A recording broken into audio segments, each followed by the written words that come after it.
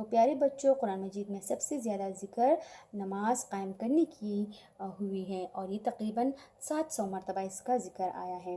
پیارے بچوں، حضرت ابوبکر صدیق رضی اللہ تعالیٰ عنہ نے قرآن پاک کو کتابی شکل میں جمع کیا، کیونکہ آپ صلی اللہ علیہ وسلم پر وہی توڑی توڑی نازل ہوتی، نہ ایک دم سے کتاب نہیں آیا ہے، لیکن یہ توڑی توڑی نازل ہوتی۔ پھر آپ صلی اللہ علیہ وسلم کی وفات ہونے کے بعد حضرت ابوبکر صدیق نے اس کو ایک کتابی شکل میں رکھا، جس طرح ابھی آپ کے گھروں میں قرآن مجید پڑھا ہوگا نا، قرآن مجید رکھا ہوگا، آپ قرآن مجید کو پڑھتے ہوں گے، تو یہ جو کتابی شکل ہے یہ حضرت ابوبکر صدیق نے اس کو دی ہے۔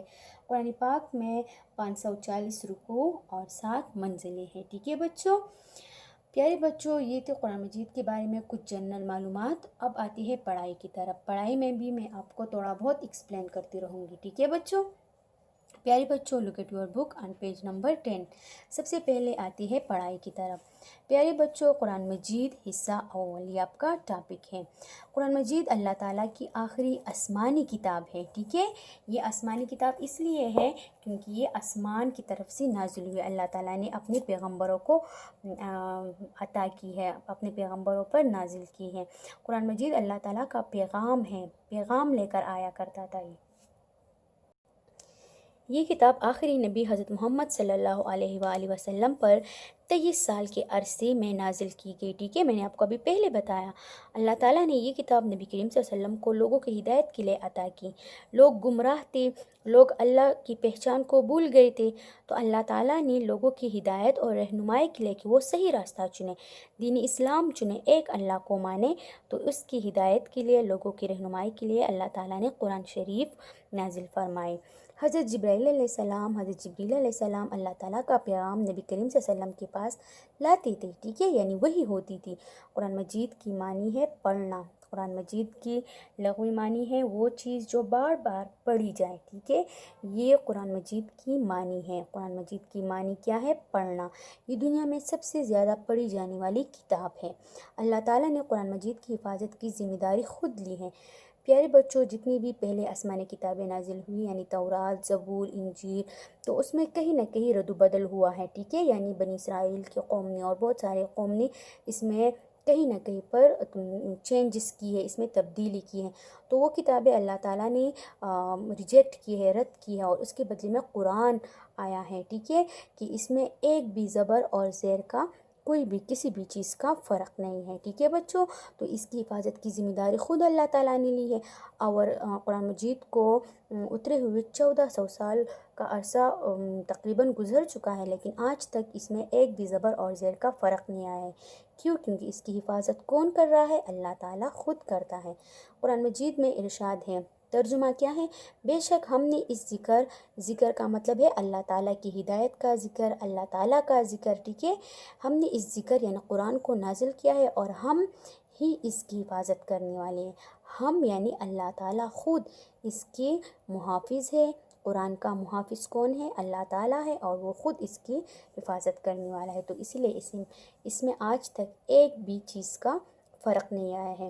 قرآن مجید کو نازل ہوئی 1400 سال گزر چکی ہے، ٹھیک ہے، جیسے میں نے آپ کو ابھی پہلے بتایا، اور یہ پاک کلام بغیر کسی تبدیلی یا چینجز کی لوگوں کی دلوں میں اور کتابی شکل میں بالکل محفوظ ہے، ٹھیک ہے، لوگوں کی دلوں میں بھی ہے، ذہنوں میں بھی ہے، اور ایک کتابی شکل میں بھی موجود ہے۔ ہم جب چاہے اس کو قرآن مجید کو اٹھا سکتے ہیں، ہم اس کو پڑھ سکتے ہیں، اس کی تلاوت کر سکتے ہیں، ٹھیک ہے بچوں۔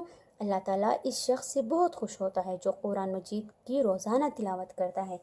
پیارے بچوں، آپ صلی اللہ علیہ وسلم نے فرمایا، تم میں سے بہتر وہ ہے جو قرآن سیکھے اور دوسروں کو سکھائے، ٹھیک ہے۔ اس کے علاوہ حدیث پاک میں آیا ہے کہ قرآن پاک کا ایک حرف یعنی ایک لفظ کی تلاوت سے یا اس کے پڑھنے سے 10 نیکیاں ملتی ہیں، تو دیکھیں اتنا زیادہ اجر اور اس کا اتنا بڑا ثواب ہے۔ تو آپ سوچیں، اگر آپ ایک آیات پڑھو گے، ایک سورت پڑھو گے، ایک رکوع پڑھو گے یا پورا قرآن پڑھو گے، تو آپ کو کتنا زیادہ ثواب اور اجر ملے گا، ٹھیک ہے۔ قرآن مجید ہمیں والدین اور ہمسایوں کے حقوق، ٹھیک ہے، یا ہمسایوں کے ساتھ اچھا سلوک کرنے، غریبوں کی مدد کرنے اور ہمیشہ اللہ تعالیٰ سے مدد طلب کرنے کا سبق دیتا ہے، ٹھیک ہے بچوں. پیارے بچوں، قرآن مجید کا موضوع نہیں ہے، موضوع، ٹھیک ہے، سبجیکٹ. قرآن مجید کا موضوع ہی انسان ہے. ٹھیک ہے، ہر کتاب کا ایک موضوع ہوتا ہے اور قرآن پاک کا موضوع انسان ہے. اللہ تعالیٰ نے انسانوں کے لیے اس کو اتارا ہے، تو یہ اس کا موضوع ہے. تو اس لیے پیارے بچوں اس میں انسانوں کا بھی ذکر ہے، اللہ تعالیٰ کی وحدانیت، اللہ تعالیٰ کے احکامات کا بھی ذکر ہے، لیکن ساتھ ساتھ انسانی معاملات کا، انسانی جتنی بھی ہمارے روزمرہ معاملات اور کام ہیں ان کا بھی ذکر ہے. والدین کا ذکر ہے. والدین کا ذکر قرآن مجید میں تقریباً 24 مرتبہ آیا ہے کہ والدین کے ساتھ حسن سلوک کرو، ان کے ساتھ جو ہے اچھا رویہ اختیار کرو، ان کی فرمان برداری کرو. ہمسایوں کے حقوق کے بارے میں ہے کہ تمہارا ہمسایہ تمہاری زبان کی وجہ سے ہے، تمہاری کسی رویے کی وجہ سے وہ تمہارے کسی بھی حوالے سے تکلیف میں نہ ہو. ٹھیک ہے، اچھا سلوک کرنے کی ترغیب دی ہے قرآن نے، غریبوں کی مدد کرنے کی. ٹھیک ہے، کہ جب غریب یا محتاج دیکھو تو اسے ٹوکو نہیں، اس کے ساتھ بدسلوقی اور بد اخلاقی نہ کرو، اس کی مدد کرو. اور ہمیشہ اللہ تعالیٰ سے مدد طلب کرنے کا سبق دیتا ہے کون؟ قرآن مجید. ٹھیک ہے، کیونکہ ہم سب اللہ تعالیٰ کے محتاج بندے ہیں. ہمیں جب بھی مدد کی ضرورت ہوگی، ہمیں جب بھی کسی چیز کی ضرورت ہوگی تو ہم کس سے مانگیں گے؟